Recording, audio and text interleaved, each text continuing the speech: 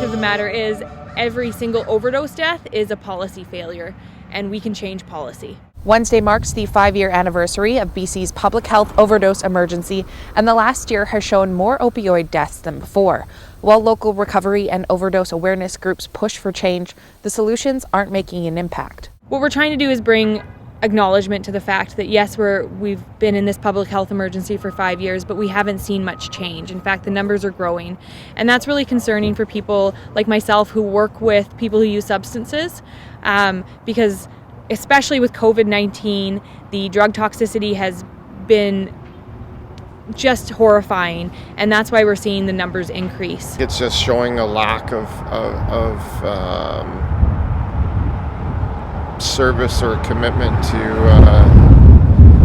dealing with the issue, but I don't think the issue started 5 years ago. The issue started like in the 1970s and 80s, and on the downtown east side, where people with substance use issues were marginalized and just sort of shoved to the outskirts of society. A common misunderstanding is who is passing from overdoses.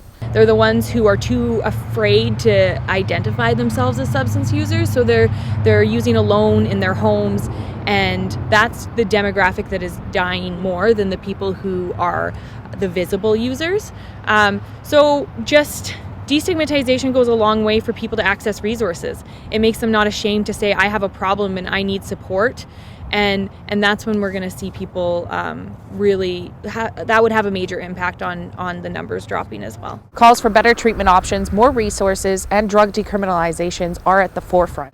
There's a whole continuum of care when it comes to supporting people with substance use disorder. It goes everywhere from OPS sites for daily users all the way up to abstinence-based programs for people who want to enter recovery.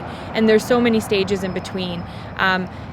If our country implemented decriminalization and safe supply, which would be easily accessible, because the safe supply we have right now is not easily accessible, it would go it would be such an astronomical improvement in preventing unnecessary deaths. I think there's been a fear of upsetting a certain part of the voting population who still believes that addiction's a choice and people just need to suffer it out, and it's not like anything else, right? There's the stigma around and the discrimination around people who need treatment for addictions is still huge, and it's still prevalent, and it might not be as overt, but it's still underneath.